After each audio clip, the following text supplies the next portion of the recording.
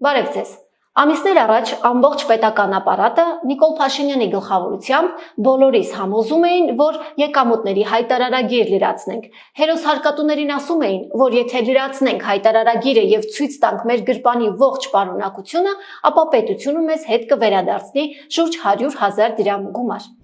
Այս գումարը ներկայացվում էր որպես սոցիալական ծախսերի փոխհատուցում, իսկ իշխանության բառապաշարով ասած սոցիալական կրեդիտ։ Մարդկանց ասում էին, որ սա ձեր գումարն է, օգնություն է, պետության աջակցությունն է քաղաքացուն։ Իսկ ինչ պարզվեց իրականում։ Մարդիկ ահազանգում են եւ ասում, որ հայտարարագիրը լրացրել են, սակայն 100,000 դրամը չեն ստանում։ Ինչու, որովհետև իշխանությունն այդ 100,000 դրամը ուղղակի չի ճանաչել որպես սոցիալական աջակցություն։ Բոլոր այն քաղաքացիները, ովքեր զոհ են դարձել մանիպուլյացիայի եւ ներկայացրել են եկամուտների հայտարարագիր, սակայն ունեցել են պարտք հարկադիրում, չեն ստացել այդ գումարը, քանի որ հարկադիրն այն ուղղակի գանձել է։ Իսկ այժմ փաստերով, ինչ է ասում օրենքը։ Կատարողական վարույթի մասին օրենքի համաձայն, որն ընդունել է այս իշխանությունը եւ որն ուժի մեջ է մտել 2026 թվականի հունվարի 1-ից, եկամուտ է համարվում աշխատավարձը եւ դրան նախատեսված վճարները,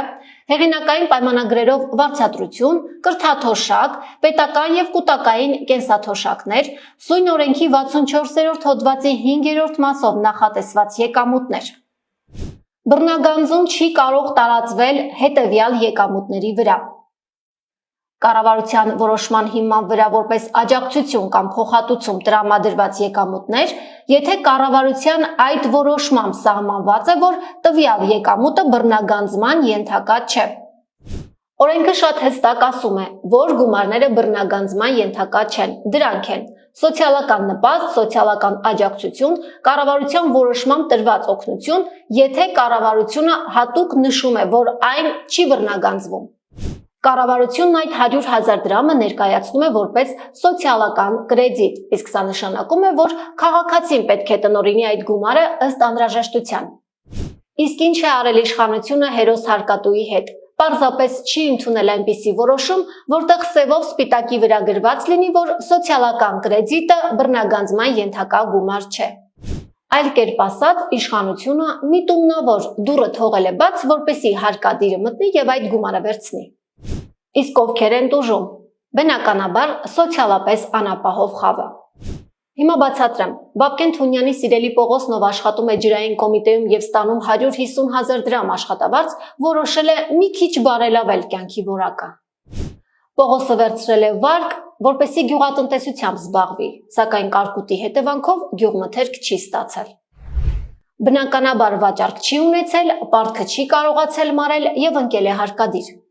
Ինչ է անում հարկադիրը։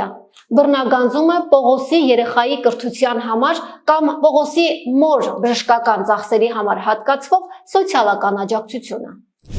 Սիրելի Պողոս, եթե քո նախարարը մի փոքր գթասիրտ լիներ եւ 7-ից 8 միլիոն դրամ պարգևավճարի գոնե 1 միլիոն դրամը տար քեզ, ապա դու կթեթևացնեիր քո հարկային բեռը։ Անարդար է, չէ, սիրելի Պողոս, երբ քեզ դիտարկում են որպես գլխաքանակ եւ պարտադրում մասնակցել Նիկոլ Փաշինյանի բոլոր հավաքներին, ուխտերթերին, պատարակներին, դու մասնակցում ես, սակայն պարգևատրվում է նախարարը, նրա տեղակալը, բաժնի պետը, չշարունակեմ։ Որքան անկուշտ պետք է լինի իշխանությունը, որ անգամ սոցիալական աջակցությունը քաղաքացիներին չտա։ Սոցիալական կրեդիտի անհրաժեշտություն ունեն կրթության եւ բուժօգնության կարիք ունեցող քաղաքացիները, բայց ոչ օրինակ նախարար Վահե Հովհաննիսյանը, ով Նիկոլ Փաշինյանի մեկ ստորագրությամբ մեկ վայրկյանում ստացավ 7-ից 8 միլիոն դրամ պարգևավճար։ Իդեպ սա հերոս հարկատուի մոտ 7-ից 8 տարվա աշխատավարձն է։ Պարոն Հովհաննիսյան, ուզում էի հիշեցնել, բացատրեցիք իրավապահներին, թե ինչպես եք կարողացել մեկ տարվա ընթացքում շուրջ 1 միլիոն դոլար փոխառության վերցրած վարկը մարել։ Հնարավոր է։ Չեմ մեկնաբանում այդ հարցերը։ Շատ թափանցիկ եք։ Ժողովրդավարության բաստիոնի իրական դեմքը։ Ինչ է անում իշխանությունը։ Այդ 100,000 դրամը ձեզ չի հասնում, սակայն ձեր ուղեղի մեջ տպավորվում է, որ պետությունը ձեզ գումար է վերադարձնում։ Իշխանությունն այնքան գթասիրտ է, որ որոշել է օգնել քաղաքացուն։ Ասում են մենք սոցիալական աջակցություն ենք տալիս, բայց իրականում անում են հակառակը, ձևակերպում են օրենքի շրջանակում այնպես, որ այդ գումարը խլեն քաղաքացուց։ Եթե իսկապես ցանկանային օգնել ձեզ, ընդամենը մեկ նախադասություն կգրեին. այս գումարը բռնագանձման ենթակա չէ։ Չեն գրել, որովհետև այդ գումարն իրենց ավելի շատ է պետք։ Պարգևավճարներ են բաժանում։ Նիկոլ Փաշինյանն ինքն իրեն պարգևավճար է տալիս, որպեսզի կոռուպցիայի մեջ չմտնի։ Սոցիալական կրեդիտը բռնագանձման ենթակա չէ նախադասությունը բացակայում է օրենքում միայն մեկ պարզ պատճառով, որովհետև իշխանությունը փող շատ է սիրում, պարգևավճարներ շատ են սիրում, իմ ու քո մասին չեն մտածում են միայն իրենց գրպանները լցնելու մասին։